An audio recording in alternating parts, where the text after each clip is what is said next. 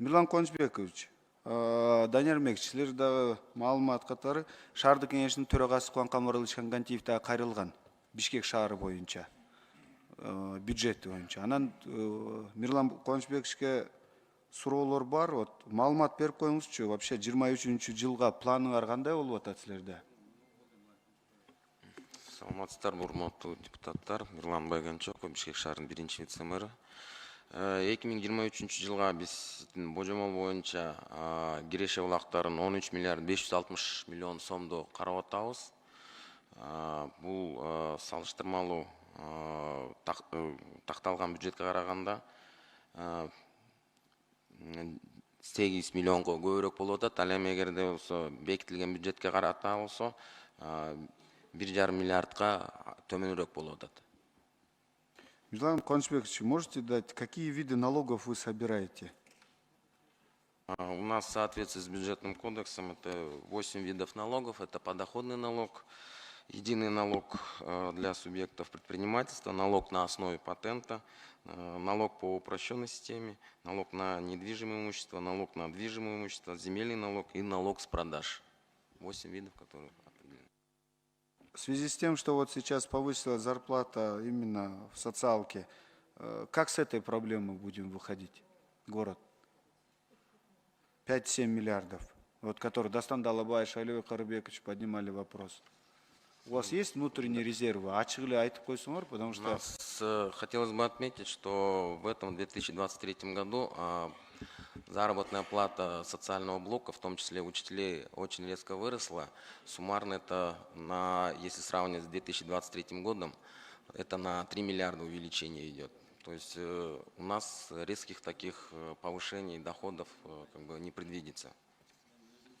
Акылбек Сумбекович, ошо боюнча да кечирип коюңуздар, урматтуу коллегалар. Просто Бишкек шаары боюнча биз шаардан шайланып келдик. Биздики милдет да ошол маселелерди көтөрүш боюнча. Анан шаардык кеңештин депутаттары да кайрылган. Могу 3 миллиардты целевой трансферт кылып берсеңер жакшы болот эле. Себеп эгерде болбой калса, анда шаардын өнүгүү бюджети жок, болбой калат да. Акылбек Сумбекович, ошондо кандай карасак болот? Вот силер Мончо боюнча айтып кеттиңер, но Мончонун ал көбүнчөсү мамлекеттик бюджетке эле кете берет да. Распределение боюнча шаарга только подоходный налог эле түшүп калат да. Эми көрөйлү, шаардын бюджети менен отдельно отурууга мен даярмын.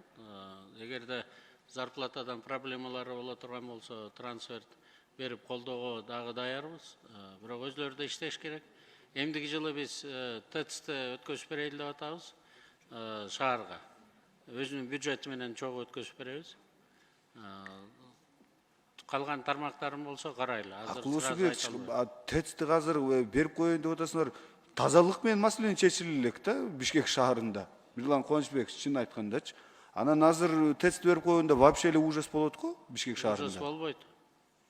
Ужас болбойт. Урматтуу коллегалар, Алмаз Кужбекович, мы тоже с вами, когда вы вице-мэром были, я төрага был, мы с вами к министру финансов тоже ходили по поводу 744 миллионов. Вот сейчас такая же ситуация происходит.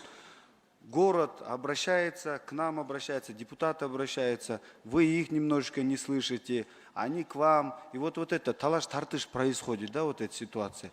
Нет, я не говорю, что мы не будем помогать. Я еще раз говорю, с городом я уже встречался, уже разговаривал, с мэром говорил.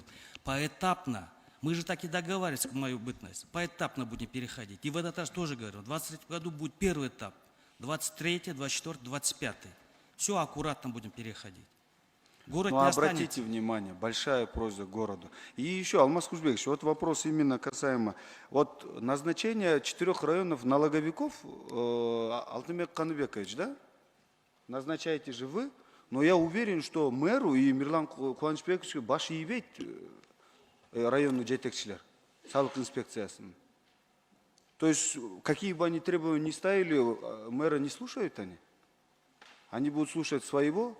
Может быть, пилотным проектом город Бишкек и город Ош отдать налоговую службу?